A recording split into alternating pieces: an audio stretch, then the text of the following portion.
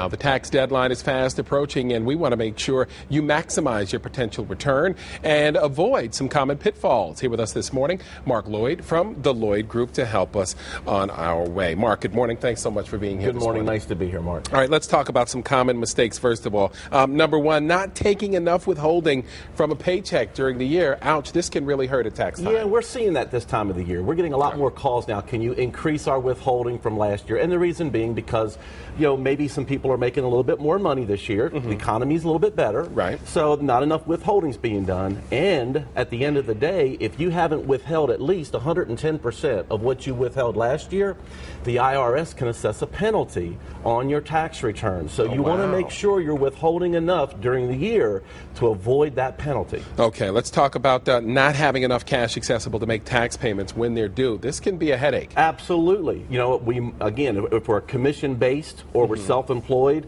it's very, very important that we put money away for our taxes, make quarterly payments, priority number one, but have enough for rainy day in case April 15th comes and we don't have enough to pay. Where's the money going to come from? We're going to borrow for it? That's a mistake. Right.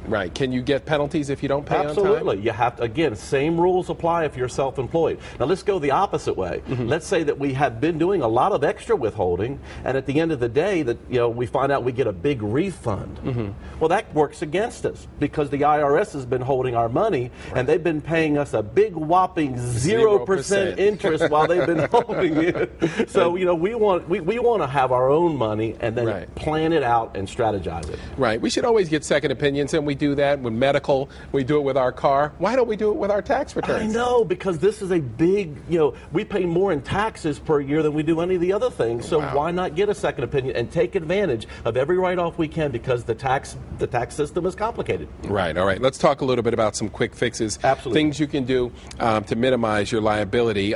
First of all, an IRA contribution. Take advantage of this. If you're under age 50, you can make a $5,000 deposit. If you're 50 or over, they do catch-up rules. You can take $6,000 deposits. Check with your accountant or whoever does your taxes to make sure you're eligible. But that is tax. By putting that in there, your taxes are adjusted immediately.